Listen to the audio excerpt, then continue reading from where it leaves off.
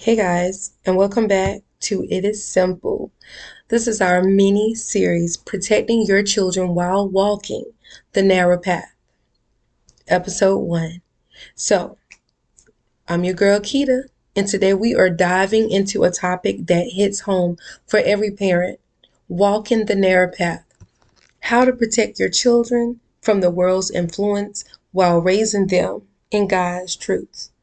Because let's be honest, this world is loud. The enemy is strategic, right? And our children are being targeted younger and younger. But God didn't leave us without guidance, right? He gave us wisdom. He gave us authority. And He gave us scripture that makes this simple if we are willing to apply it. So let's get into it. Proverbs 22 verse 6 Amplified says, "Train up a child in the way he should go, teaching him to seek God's wisdom and will for his abilities and talents. Even when he is old, he will not depart from it." Now, this scripture is not a suggestion, it's a strategy. And God is telling us, start early, stay consistent, shape their appetite, build their foundation, because the world is shaping them too. And if we don't train them up intentionally, the world will train them accidentally. Now, let's talk about the enemy's strategy. 1 Peter chapter 5, verse 8, Amplified Version. "Be sober, be alert. The devil prowls around like a roaring lion seeking someone to devour." That someone includes your children. The enemy doesn't wait until they're grown. He starts with curiosity. He starts with entertainment. He starts with what looks harmless. He studies what makes them laugh, what grabs their attention, what they imitate, what they follow, and what they obsess over. And then he packages his influence in a way that feels normal, fun, or just a part of childhood. Crazy, right? But you, parent, guardian, auntie, uncle, you are called to be alert. You are their garden gates. Proverbs chapter 4:23. "Watch over your heart with all diligence, for from it flows the spring of life."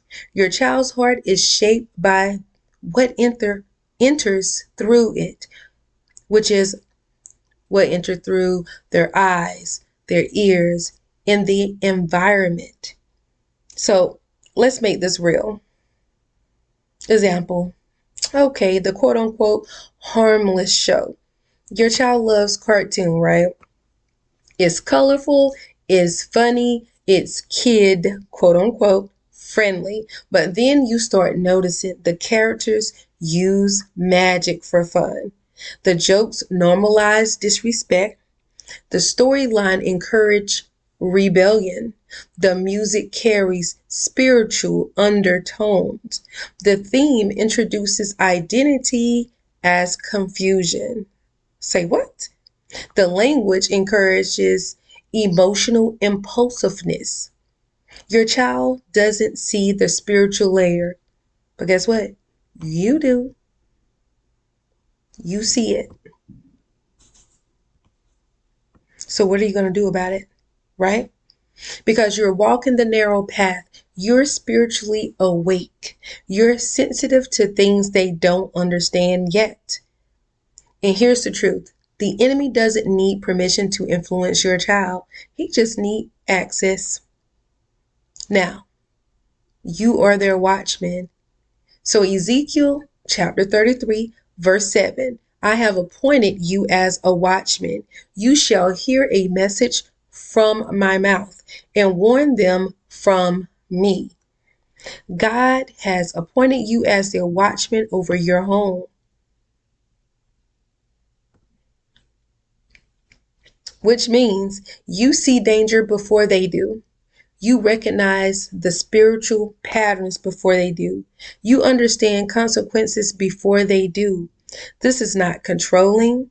This is not covering. This is protection. This is stewardship.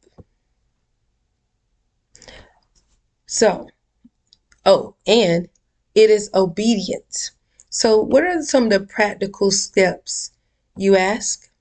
Let's make this real easy because it's really simple. We should not complicate this. 1. Monitor their media intake, not out of fear, out of wisdom. You're shaping their spiritual appetite. 2. Explain the why behind your boundaries. Children respond better when they understand the purpose. So tell them everything that looks fun isn't good for your spirit. 3. Replace don't, just remove.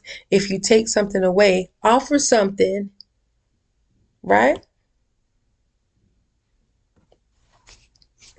Something better, like give them faith-based shows, positive music, books that build character, and activities that strengthen creativity without compromising their values. Praying over their interests. Ask God to purify their desires, redirect their curiosity, model the narrow path yourself. So children imitate what they see more than what they hear. Because half of the time they be tuning you out because they don't want to hear your mouth. So God is with you. Isaiah 54:13 says, all your children will be taught by the Lord, and great will be their peace. So you're not raising them alone. God is involved. God is invested, and He's present. Your big obedience creates their covering. Your discipline creates their peace, and your discernment creates their protection. So in closing, family, protecting your children from the world influence isn't about fear. It is all about wisdom. It's about recognizing that the narrow path is not just for your journey. It's your household journey. And when you stand firm, when you stay alert, when you guard their gates, when you teach them God's way early, you're not restricting them. You're preparing them. You are equipping them. You are building warriors who won't be easily swayed by the enemy's devices. Because in this world, the enemy is loud. But your home, God's voice will be louder. So remember, it is simple. Why ever complicated? Why ever complicated when God is right by your side? All right, so I'm going to see y'all for episode 2. All right, peace.